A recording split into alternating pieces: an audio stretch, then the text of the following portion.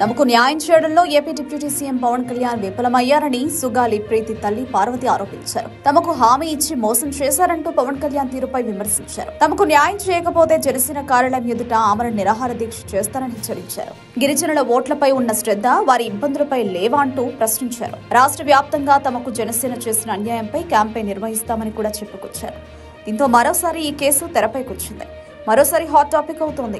ఎన్నికలకు ముందు పవన్ కళ్యాణ్ సుగాలి ప్రీతి తల్లిని పరామర్శించారు. తప్పకుండా న్యాయం చేస్తామని హామీ ఇచ్చారు. అధికారంలోకి వచ్చిన తర్వాత ఈ కేసుకు సంబంధించిన ఫైల్ పై తొలి సంతకం చేస్తామని కూడా చెప్పారు. అయితే అధికారంలోకి వచ్చి 15 నెలలవుతున్నా ఈ కేసుకు సంబంధించి కనీస ప్రకటన లేదు. అందుకే సుగాలి ప్రీతి తల్లి పార్వతి మీడియా ముందుకు వచ్చి సంచలన ఆరోపణలు చేశారు. కర్నూలులోని లక్ష్మీ గార్డెన్ లో రాజు నాయక్ పార్వతి దంపతులు నివసించేవారు. వీరి కుమార్తె సుగాలి ప్రీతి భాయి కర్నూలులోని కట్టమంచి రామలింగారెడ్డి రెసిడెన్షియల్ పాఠశాలలో 10వ తరగతి చదివేందుకు చేరింది. అక్కడ చదువుతుండగానే 2017 ఆగస్టు 19న ఆమె అనుమానాస్పద స్థితిలో మృతి చెందింది. ఫ్యాన్ కురివేసుకుని చనిపోయినట్లు పాఠశాల యాజమాన్యం తల్లిదండ్రులకు సమాచారం ఇచ్చింది. అయితే సుగాలి మృతదేహాన్ని చూసిన తల్లిదండ్రులు తమ కూతురిపై పాఠశాల యజమాని కొడుకులు చేయకూడని పని చేసి చంపేశారని ఆరోపించారు. ప్రీతి మృతదేహాన్ని పోస్టుమార్టం నిర్వహించిన కర్నూలు ప్రభుత్వ ఆసుపత్రి వైద్యులు సైతం ఆమెపై దారుణం జరిగిందని స్పష్టం చేశారు. దీనిపై నివేదిక కూడా ఇచ్చారు. మరోవైపు ఈ ఆధారాలతో తల్లిదండ్రులు పోలీస్ స్టేషన్లో ఫిర్యాదు చేశారు. కట్టమంచి రామలింగారెడ్డి పాఠశాల యజమానితో పాటు అతడి కుమారుడు నిందితులను తమ ఫిర్యాదులో పేర్కొన్నారు. దీంతో పోలీసులు ఎస్సీ/ఎస్టీ అట్రాసిటీ కేసు నమోదు చేశారు.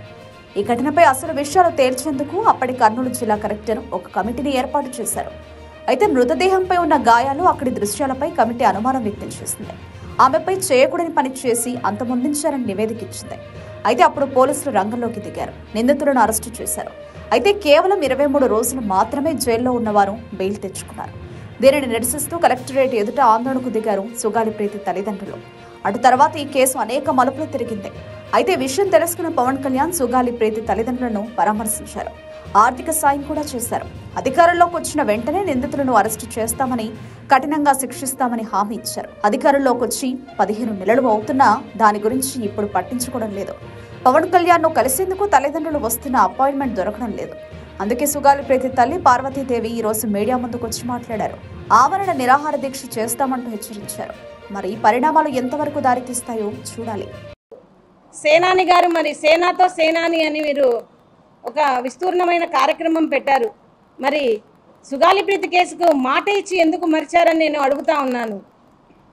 మీరు ఎందుకు కేంద్రం మీద ఒత్తిడి తెచ్చి సిబిఐకి నా కేసును ఇప్పించలేకపోతున్నారని మేము ప్రశ్నిస్తూ ఉన్నామన్నా.